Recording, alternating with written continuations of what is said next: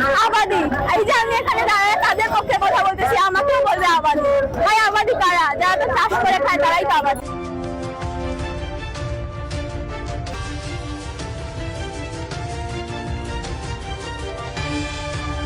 হচ্ছে সবসময় শ্রমিকদের অধিকারের পক্ষে কথা বলি, যদিও আমরা ছাত্র সংগঠন, কারণ এই শ্রমিকদের টাকায়, এই শ্রমিকদের ট্যাক্স ফ্যাক্টরের টাকায় আমরা পড়াশোনা করি, তাই তাদের যে কোনো যৌক্তিক দাবিতে আমরা আমাদের সংহতি প্রকাশ করি। এই জন্য মূলত আজকে তাদের এই যে অবস্থান কর্মসূচি, এখানে সংহতি জানিয়ে আমি আসছি। আসলে আপনারা দেখবেন যে এই হকাররা কি পরিমাণ দুর্ভোগ পোহাইতে হয়। এই হকাররা তো আসলে সবচেয়ে নিম্ন আয়ের মানুষ। তাদের একদিন যদি তারা বিক্রি না করে, রোজগার না করে, তাহলে তাদের বাসার যে চুলা সেটা জ্বলে না, তাদের সন্তানরা না খেয়ে থাকে। এখন কথা হচ্ছে এই প্রশাসন বলবে যে তাদেরকে আমরা পুনর্বাসন করে দিছি, কিন্তু এই পুনর্বাসনটা কতটুকু তাদের পক্ষে? এই পুনর্বাসনটা যে করা হয়েছে, এটা কি হকারদের মতামত নিয়ে করা হয়েছে? তারা কি জানাইছে এখানে আমাদের সুবিধা হবে, অসুবিধা হবে? আমরা আসলে এই যে পুনর্বাসন যেটা দিয়েছিল সেখানে তারা কিন্তু মানছে। এই হকাররা কিন্তু প্রশাসনের যে দেওয়া পুনর্বাসন ওইখানে গেছে, তারা ওইখানে কিন্তু বসছে, কিন্তু দেখা গেছে 2-3 দিন হয়ে যায় তাদের ওইখানে মানুষ যায় না। তাদের 2-3 দিনের রুজি হয় 80 টাকা 90 টাকা। তাইলে একটা নিম্ন আয়ের মানুষ কিভাবে 2-3 দিনে 80-90 টাকা দিয়ে তার সংসার চালাবে? সে বাধ্য হয়ে কিন্তু এই রাস্তায় নামে।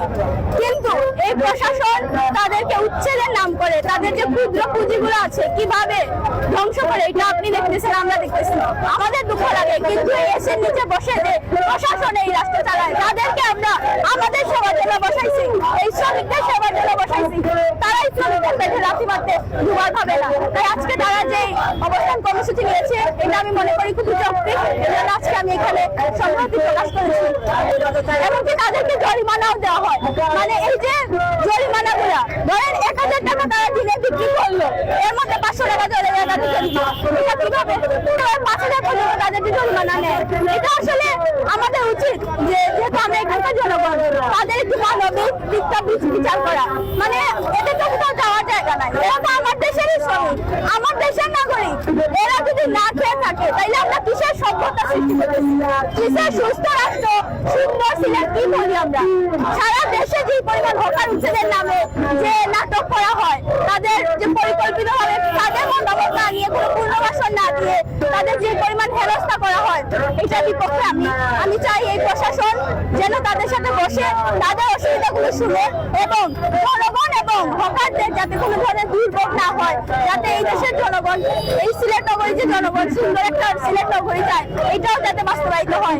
এটা আসলে বসে সমাধানের বিষয়। 2 দিন পরে পরে তাদের জিনিসপত্র জিম্মি করে ফেলে দেওয়া, তাদেরকে 5000 10,000 দিয়ে জরিমানা দেওয়া, এটা তো তাদের উপর, তারা নিজেরাই খাইতে পারে না।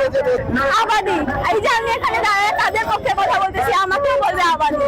ভাই আবাদি কারা? যারা তো চাষ করে খায় তারাই তো আবাদি। কিন্তু আপনি যদি আমার কৃষি শিল্পের দিকে তাকান, এই কৃষি শিল্পে যা যা প্রয়োজনীয়, এই কৃষকরা না খেতে পেয়ে কয়েকদিন আগে বন্যা, সুনামগঞ্জের হাওড়া কান্নায় দেশ ভাষায় হয়েছে, তাদের কান্নাটা আমাদের কানে পৌঁছায় না। এই যে ফসল উৎপাদন করবে, উন্নত প্রযুক্তি ব্যবহার করবে, যেখানে সব দেশ এগুলো করতেছে, সেখানে আমার দেশের কৃষকরা বন্যা হইলে তাদের ধান বাঁচানোর জন্য কান্নাকাটি শুরু করে। তারা যে নীরব যুদ্ধটা করতেছে, সেই নীরব যুদ্ধের সাক্ষী আমরা থাকি, কিন্তু তাদের জন্য কিছু করতে পারি না। এই প্রশাসনের উচিত ছিল তাদের পক্ষে দাঁড়ানো, এই প্রশাসনের উচিত ছিল এই শ্রমিকদের পক্ষে দাঁড়ানো, এই প্রশাসনের উচিত ছিল এই অটো রিক্সাদের পক্ষে দাঁড়ানো, এই প্রশাসনের উচিত ছিল এই হকারদের পক্ষে দাঁড়ানো। কিন্তু তারা এরকম না করে, তারা ব্যবসায়ী দিক চিন্তা করে, তারা হচ্ছে তাদের যে লাভ হয়, তারা তাদের দিকটা, মানে অল্প কিছু সংখ্যক মানুষের সুবিধা ব্যবহার করে। এই দেশের যে 90% কৃষক, শ্রমিক, মেহনতি মানুষ, যে 90% মানুষের ঘামে রক্তে এই দেশ পরিচালনা হচ্ছে, তাদের পেটে লাথি মারতেছে। তো এই সব কিছুর বিরুদ্ধে আমরা আজকে এখানে দাঁড়াইছি, তাদের পক্ষে সংগঠন জানাইছি।